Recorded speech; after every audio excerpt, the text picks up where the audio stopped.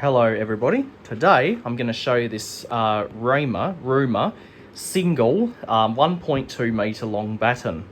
Now I've already did a video of this a few years ago, but I'm going to be making a new video since I've done a few changes, and we'll also try to avoid saying okay a lot in this video as well, because I've been getting criticised about that.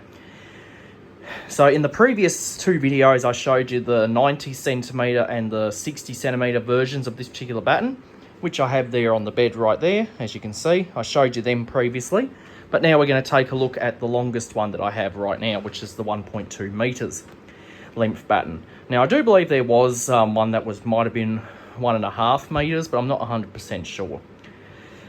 I'll have to take a look into that. But this one here is the 1.2 meter long batten. So this is made by Rymer lighting, I believe. These are not made anymore. These battens are obsolete now, but they are collectible. And I used to see these in primary school, high school, I think, and a lot of shops and stuff around that before LEDs started to take over. And my local cricket club, the Tormore Reserve, did have some of these as well, but they were all sadly replaced with T5 battens back in 2011. But they would have had wire guards on them. So these are available in a single or a double. I have a double one right there. As you can see, that one I acquired last year. This is the single version. So let's have a look around this batten and see some of the characteristics of it. Now this I scored, this I got free. It was on the side of the road from someone in Furniture Galley, so I went over there to collect it and I brought it home and I restored it, and I've had it in my collection ever since, rather than it going for scrap. Alright, so let's have a look. So I left the starter in. I'll take that out because we'll use that later on. So over here, on this end of the batten, we have our a hole here, so you can put a conduit in there, or you could put a cable gland in there and have a fixed cord on there, and which I used to use back when I was in high school, believe it or not. But I stopped doing that back in, I think it was back in 2015. I think I stopped using that method. So because I use removable cords like this now, a standard computer cable, on all of my lights, including my battens. So and it's a lot tidier too. So because I used to have cable holders on the side, and that would take up a bit of space having a lead, and it will be not easy to carry. So I just thought that scrapping that method would be better. On this end we have our lamp holders. These are HPM 380 tombstone shape lamp holders. These are not original to the batten. The original ones were different, I think, but it was definitely time to replace them. I thought that if I restore the batten, I'll be better off just replacing all the parts on it, such as the screws and the electrical components, which I did. So this is a HPM 380, and it's a tombstone style lamp holder, and this is what these type of battens use. And HPM does still make these, which is good. So I might buy more, because in case I ever get any more of these to restore in the future, I've got the parts for them. So as you can see here, this is what the lamp holder looks like. As you can see, it's got HPM on there, and it also has the part number. And that's held on with a flat blade screw, and it's a screw-on type, so it's not a clip-on, so these are pretty sturdy. They don't move around. The plate, which is this, is held on by two M6 sized screws, which are right here. Originally, it would have been a 3/16 imperial thread, but I changed it to a metric M6, and this is a stainless steel marine grade screw. So this will not rust and it will not corrode. Now, originally on these battens, these parts on the ends would fold down, but what I did was I put pop rivets in there to hold them in place. So as you can see, so they don't fold down, because that was a bit of a nuisance when I tried to line the plate up. So I thought that if I made it fixed, it wouldn't be an issue. Now in here, you can see we have the starter receptacle. That's a HPM 390, as you can see in there. And that's actually a screw-on receptacle. Originally, it would have been a clip-on type. And the same with the lamp holders. I think the original ones were a clip-on, but this one here is a screw-on. So they're more sturdy. It's just like that, as that starter receptacle right there. And I did have to pack it out with using two nuts, because the chassis in the batten, because this batten's chassis is deep. If I had not have done it, the starter would sit inside, would probably sit almost flush with this plate, and it'd be real hard to get it out. So by packing it out, it can protrude through the plate, and then I can easily remove it. Moving on, over here we have the power port, as you can see here. It's just a standard computer cable port, which is what I've been using on my lights ever since 2015. All of my DJ lights came standard with these, but I use it all on all my battens just to have one all universal, just to make it more convenient. That's held on with 2 M3 stainless steel screws. When I originally put it on, I had zinc plated countersunk screws, but those just corroded, so I replaced it with stainless so they don't corrode. We also have a switch on here, which is a Clipsal architrave switch, as you can see there. So that just allows me to turn the tube on and off. And of course, on the other end of the batten here, we have the other lamp holder, in addition to the other screw. And that's basically all there is on this end of the batten. And over here, we have the hole, and there is a little bit of a dent in the chassis there, but that doesn't really affect the batten in any way. All right, so let's turn it around and we'll have a look at the bottom or the back. So here's the bottom. We have a lot of holes. Most of these holes you can use for mounting, to put screws through here to attach to the ceiling or the wall or whatever it is. These 2 bolts here are M4 size, and these are for the starter receptacle. As you can see, and they're stainless steel marine grade. So over here we have another screw here. This is an M5, and this one here is the earth screw. So this is what the earth wire is connected to. These 2 screws here are for the terminal block. So the terminal block's mounted there, and those 2 screws are what hold it to the chassis.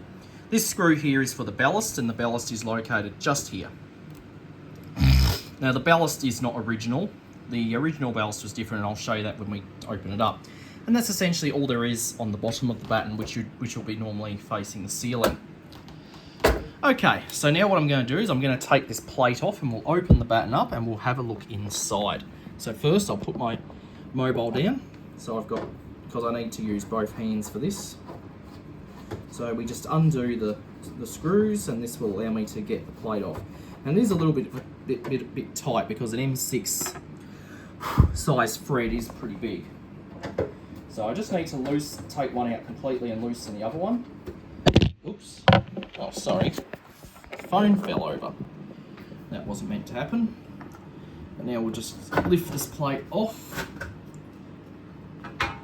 And now the batten is now open. It's a bit, and apparently the chassis of this has got a bit of dust in it. So I'll just decide to blow it out real quick. Okay, so here's what's inside the body of the batten, as you can see. So here's the starter receptacle. Now, apparently I used 2 nuts to pack it out when it turns out I only need to use 1. So I might just, maybe after I finish, what I'll do is I'll adjust that so there's only just 1 nut holding it. But apparently I put 2 in there. I don't know why I did that, to be honest, but it turns out I put just a tad too many nuts to pack it out. So I only really needed 1 like on the other 2 battens. On this end of the batten here, apparently the paint has turned a bit cream, so I do need to probably repaint it. It is a bit dirty in there. And you can see this is where the neutral goes, and you can see the 2 pop rivets that hold this end in place, so this part will not move. Here we have the power port. We have our live, our earth, and our active wires. As you can see here, they just go into the terminal block here. Here we have the switch, as you can see there. That's the switch there, and that's got the live connecting to it, so the live that goes to the ballast and the live that goes to the terminal block. So that's what controls the switching on and off of the actual batten itself. Here we have the earth connection right here. So this is the earth wire, and as you can see, it connects to the chassis of the batten. That's so in case the insulation on either the live or neutral gets damaged, and if the bare copper or stainless steel made contact with this chassis, it's designed to protect the end user and trip an RCD if you have one.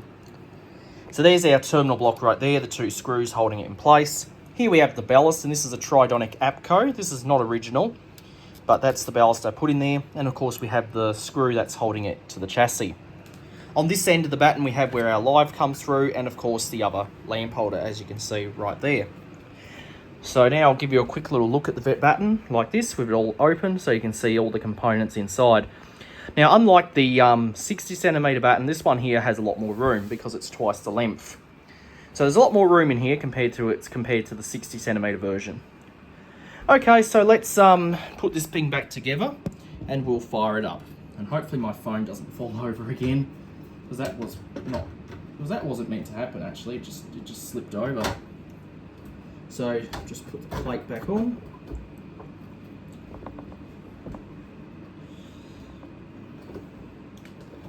So I'll just make sure I got the plate centered, and I do. So now we'll get our screwdriver and our screws, and we'll just tighten it, put it back, tighten it up.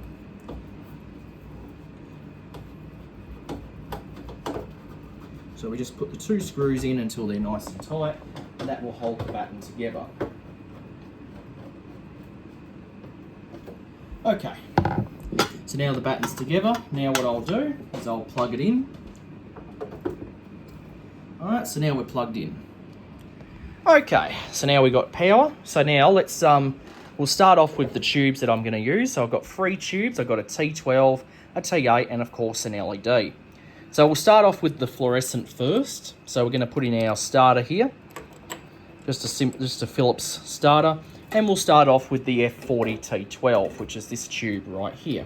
And that's the original lamp chambering that these battens would have had when they were common back in the day. And there was some of these which had little shade parts over the lamp holders. I don't know why they put those on there. Maybe it's just to make it look nice or whatever. So this tube is made by Phillips, and it's made in the US. So let's see if we can get this to blink. Here we go.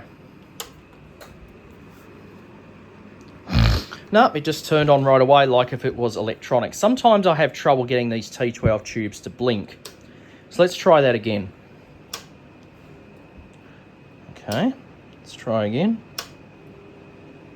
Oh, there we go. Got a little bit of blinkage that time.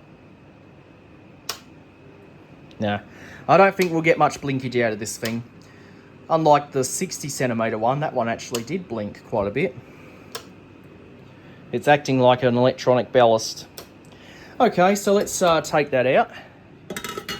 And now we'll put in the T8 one. This is a Davis tube. That T12 was neutral white, and this is neutral white as well. See if this blinks. There we go, got a little bit of blinkage that time. All right, so this is the F36 T8, and that was an F40 T12. This is F36 T8. Not getting a lot of blinkage out of this thing for some reason. I don't know why. The 60cm batten that I had blinked a lot. Yeah, it's acting almost like if it had an electronic ballast. All right, so that's our T8 tube. So now what we're going to do is I'm going to put in the LED. And the LED that I have is a cell, and it's a tricolour tube. So we can simply change the colours of the tubes from neutral white to cool white or to warm white. And I'm sweating a bit. Okay, so let's stick in our LED, and this will not blink because LED tubes don't blink. And these are what are being used in these battens right now. Oops, I put it in upside down, flick that the right way. I was just flicking the switch to make sure we have it on the correct colour temperature. All right, so let's fire this up. Now, right now it's on warm white.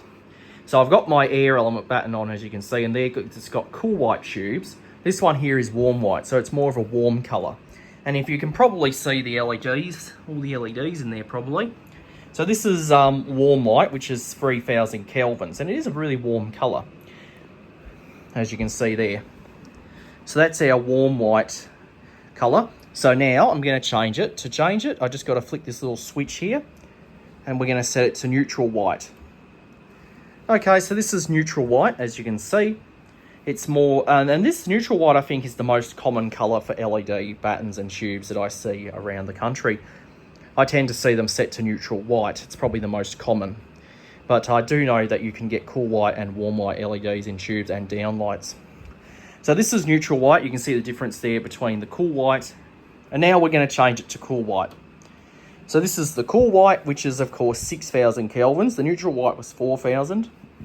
And this is the neutral white. The cool white, which is of course 6000 kelvins. So, and it is kind of white as in like paper white, and that's what it is. It's just white. So they're the colours that I have with this LED T8 tube that Cell makes, and it's quite a nice tube. So I can simply choose whatever colour I want with this one. As with these ones here, they're whatever colour you get them in. So this one here, I can change the colour. And it's not RGB though. Well, I do have coloured tubes, but this is just either it's warm white, neutral white, or it's cool white. All right, so what I'll do is I'll change it. So we're going to change back to neutral white. So that's neutral white, and now we're going to change it back to warm white. And that's warm white. Okay, and essentially I think that's all there is to this batten. All right, and there is a bit of a scratch on the on the plate there, but that doesn't really matter. If I repaint it, that should get rid of that. Okay, so that is my Rymer 1.2 metre batten. Hope you enjoyed, and that'll be it.